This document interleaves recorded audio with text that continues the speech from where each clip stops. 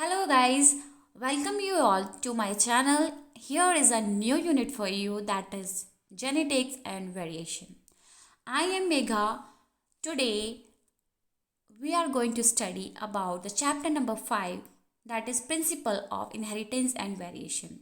And today's subtopic is the Mendel's law of inheritance. Okay guys, so let's begin this topic and some more terms.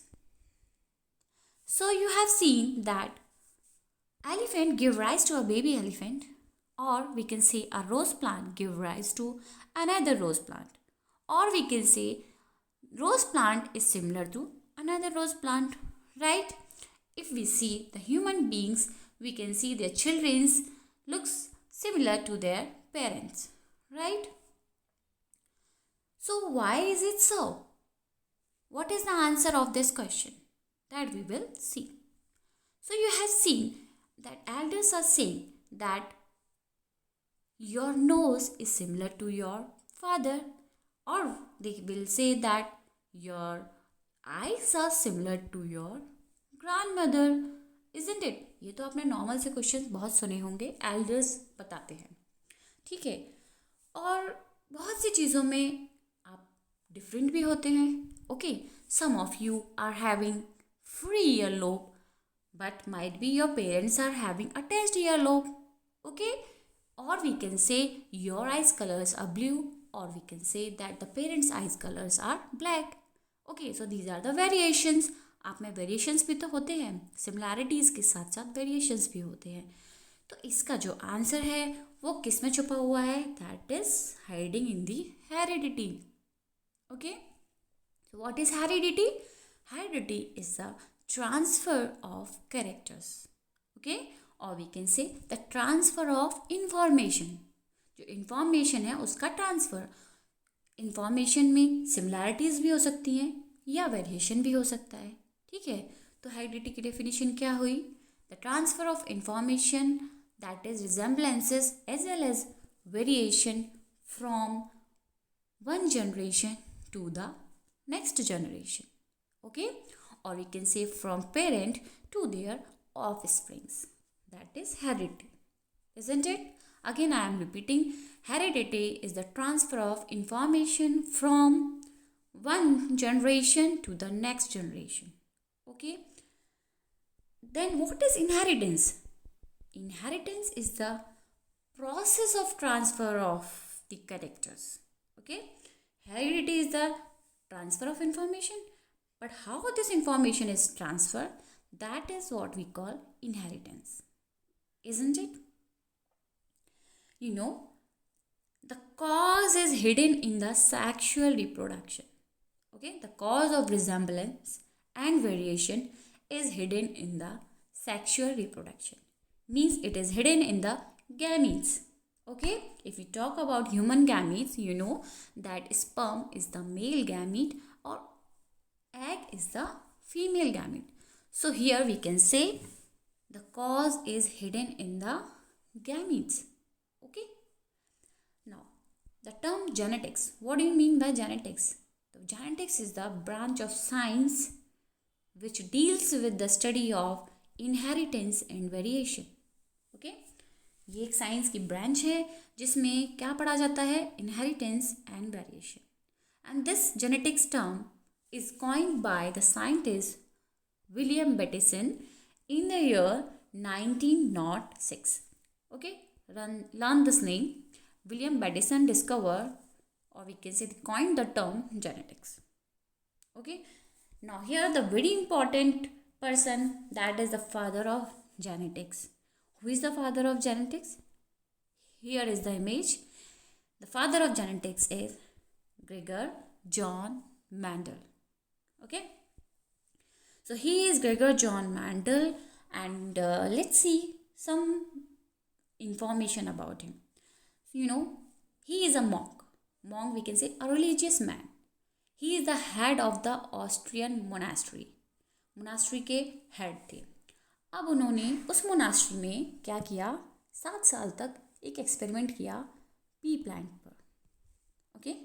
He has done experiment on pea plant for 7 years in the monastery, okay, इसके बाद इन्होंने conclusion निकाला, P plant के ऊपर इन्होंने conclusion निकाला कि कैसे कैरेक्टर्स ट्रांसफ़र हो रहे हैं. ठीक है, तो we can say that he is not the first person who has done the experiment of inheritance, but luckily he is the first person to give the clear cut explanation of this experiment. ठीक है, तो remember the name Gregor John Mendel, the father of genetics. ठीक है, now let's see what is the basis of heredity. Heredity का base क्या है? तो physical base is factors. Gregor क्या थे? ग्रेगर जॉन मेंडल ने फैक्टर्स नाम दिया था. किसको? जीन्स को. तो जीन्स और फैक्टर्स एक ही बात है, don't be confused.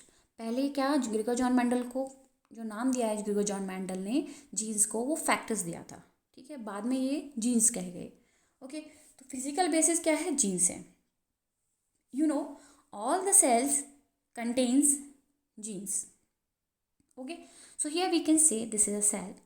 Okay, this is a cell which contains a nucleus, and inside the nucleus chromosomes are present. Okay, nucleus के अंदर क्या होते हैं? chromosomes होते हैं, and this chromosome is made up of DNA, deoxy ribonucleic acid. Okay, chromosomes किसके बने होते हैं? DNA के. अब DNA के जो segments हैं, these segments are called genes. Segments of DNA are called genes, जिनको ग्रेगर ने नाम क्या दिया? फैक्टर्स. उनके अकॉर्डिंग ये फैक्टर्स हैं. तो ये तो हो गया physical basis. Okay, now if we talk about chemical basis, तो जो जेनेटिक इंफॉर्मेशन पास ऑन होती है वो डीएनए के थ्रू होती है. ओके, तो gene contains, or we can say DNA contains genes.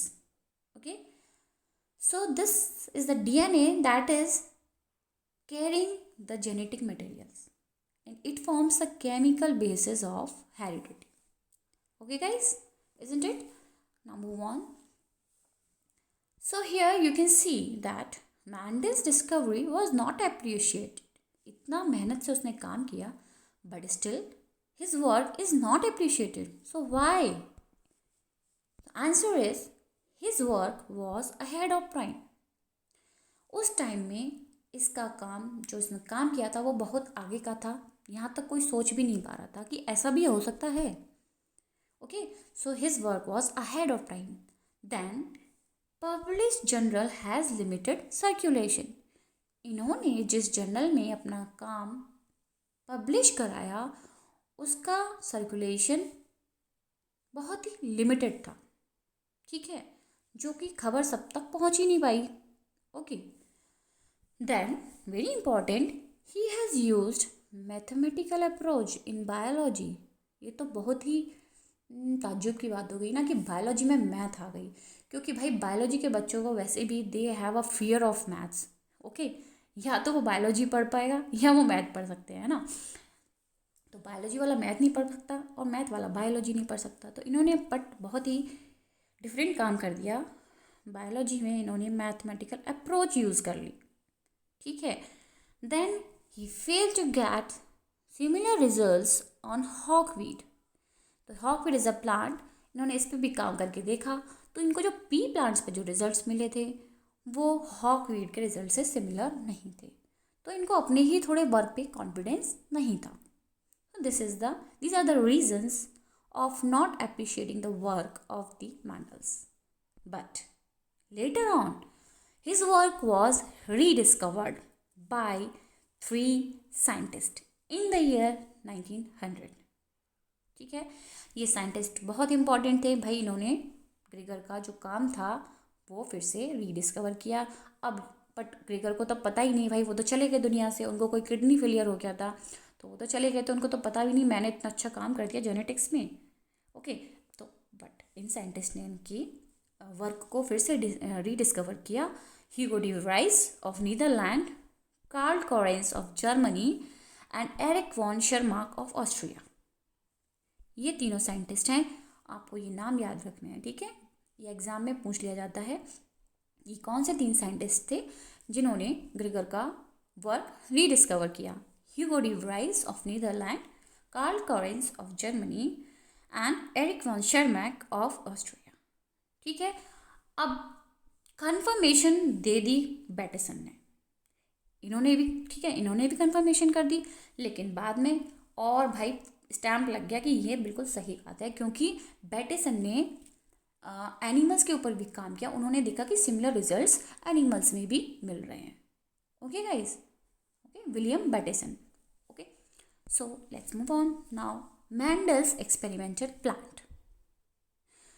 तो जैसा कि आपको हमने बताया, जो मैंडल ने जिस प्लांट पे वर्क किया था वो था पी प्लांट, मटर का प्लांट। इसका साइंटिफिक नेम होता है Pisum sativum. Okay, remember the scientific name, Pisum sativum is the scientific name.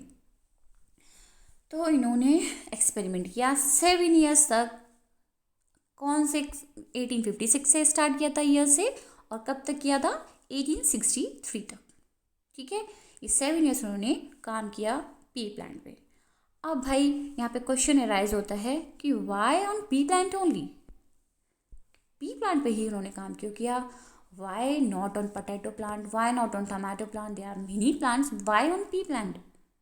So the answer is pea plants have easily detectable traits। अब ये ट्रेट्स क्या होते हैं, तो पहले तो समझ में आ गया, easily detectable traits थे, उसके जो ट्रेट्स जो थे easily डिटेक्ट किए जा सकते थे। अब डिफरेंस क्या होता है, कभी आपने सुना होगा करेक्टर यूज हो रहा है, कहीं हो रहा है ट्रेट्स, दोनों सिमिलर नहीं है, there is a minor difference. Okay, so for this let's सी,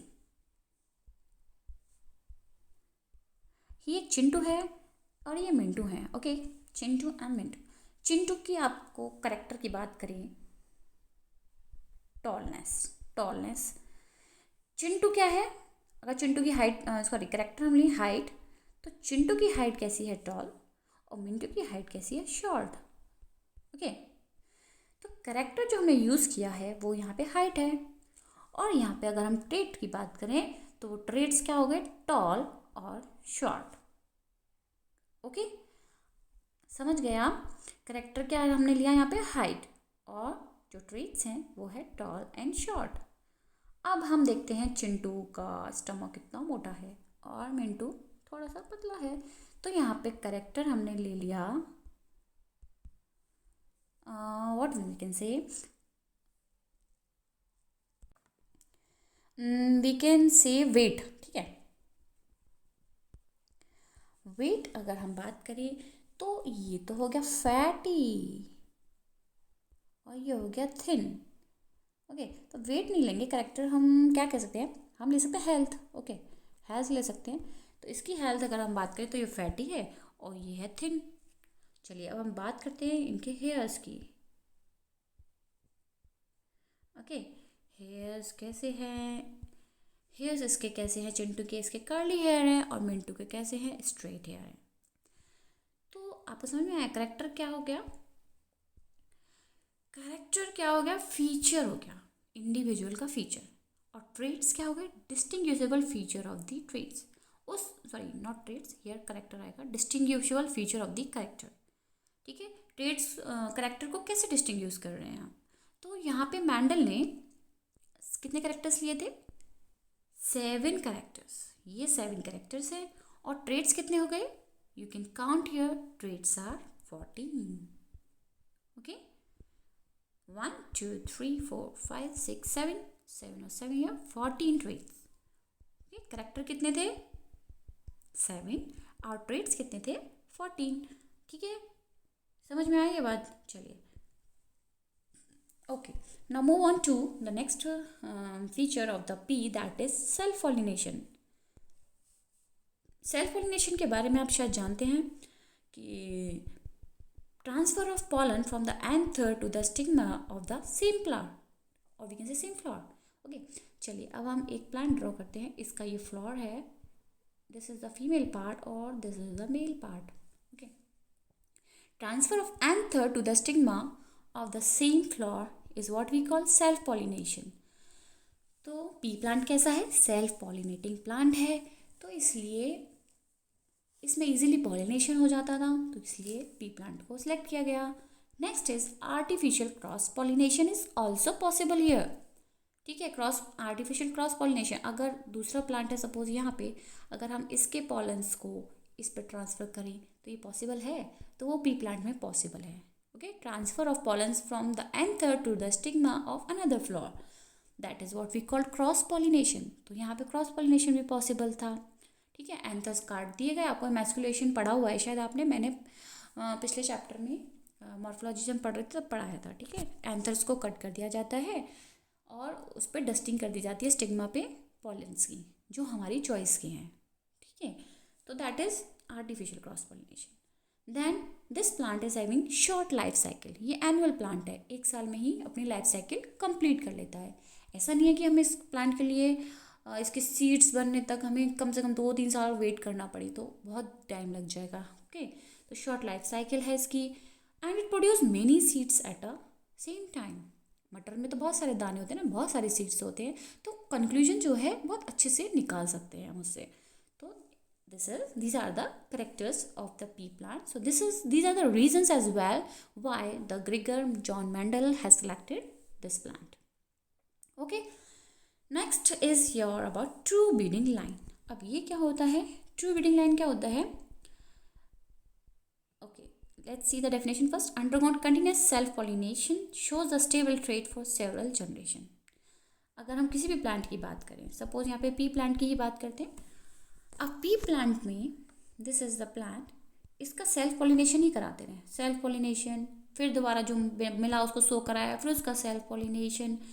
तो क्या होगा, बहुत टाइम तक हम इसका सेल्फ पॉलिनेशन ही कराते रहें और फिर क्या होगा, जो ट्रेट होगा वो स्टेबल हो जाएगा फॉर सेवरल जनरेशन तक। अगर हम इसका जो ट्रेट है वो लेके चलते हैं टॉलनेस, तो जो अब हमें प्लांट मिलेगा वो जब भी हम इसका सेल्फ पॉलिनेशन कराएंगे तो हमें टॉल ही मिलेगा, ड्वार्फ नहीं मिलेगा। Now this plant is true breeding plant. Okay, this is true breeding plant now. So let's see, these are the contrasting traits studied by Mendel in pea. Okay, let's see the traits here. First we will focus on the character. अगर हम देखें seed shape, तो traits क्या हैं, round and wrinkled. Seed की shape क्या है, character हो गया, और करेक्टर्स में जो ट्रेट्स हैं, दो contrasting traits, they are round and wrinkle seed. ठीक है, देन सीड का colour yellow and green. Pod की शेप, मटर की फली की शेप इन्फ्लेटेड और कॉन्स्ट्रक्टेड, कुछ आपने देखा पतली हुई चुपटी हुई होती हैं, कॉन्स्ट्रक्टेड होती हैं। ठीक है, देन पॉड का colour green and yellow, flower colour purple and white. Flower की लोकेशन कहाँ लोकेटेड है, एक्सियल पोजीशन पे है या टॉप पे टर्मिनल पे है। देन प्लांट का साइज, प्लांट इज टॉल और short. So these are the 14 true breeding pea plant varieties. ठीक है, यही मेंडल ने सेलेक्ट की थी। ठीक है, नाउ मेंडल की एक्सपेरिमेंटल टेक्निक क्या थी? पहला तो हो गया selection of pure parent plant.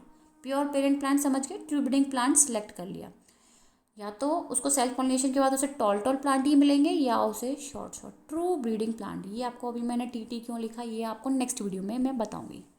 ठीक है, then hybridization of pure plant. उन प्लांट को suppose if we talk about tall plant और ये है छोटा प्लांट ड्वार्फ प्लांट, इनको सेलेक्ट कर लिया, ये ट्रू ब्रीडिंग प्लांट्स हैं। अब इनको क्या करा है, crossing, hybridization, you know, crossing of the two different varieties of plant, और it is also possible in animals. तो ये we are talking about plants. तो हाइब्रिडाइजेशन कराया, हाइब्रिडाइजेशन मीन्स क्रॉसिंग करा दी इनकी क्रॉसिंग कराने के बाद क्या होगा, इनकी क्रॉसिंग कराने के बाद जो प्लांट आया उससे सीड सेट हुए, इन सीड्स को इन्होंने ग्रो कराया, इनको सीड्स को इन्होंने जो ग्रो कराया उसको हम बोलेंगे पहली जनरेशन हमें मिल गई, that is called first filial generation. Okay, it is called F1 generation. Filial का मतलब होता है ऑफ स्प्रिंग्स। ठीक है, तो पहला तो स्टेप हो गया selection of pure parent plant, select कर लिए pure plant.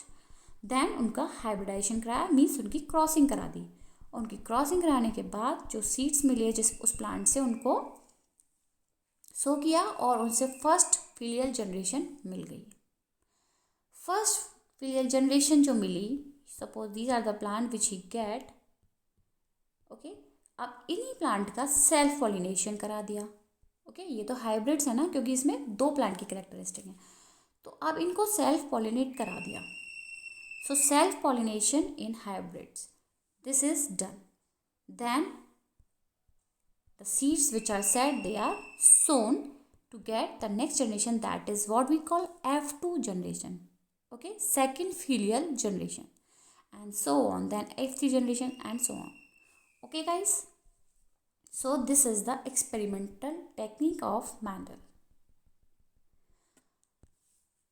So this is all about the first video of this chapter, that is principles of inheritance and variation. If you like this video, please hit the like button and also give your valuable feedback. Thank you.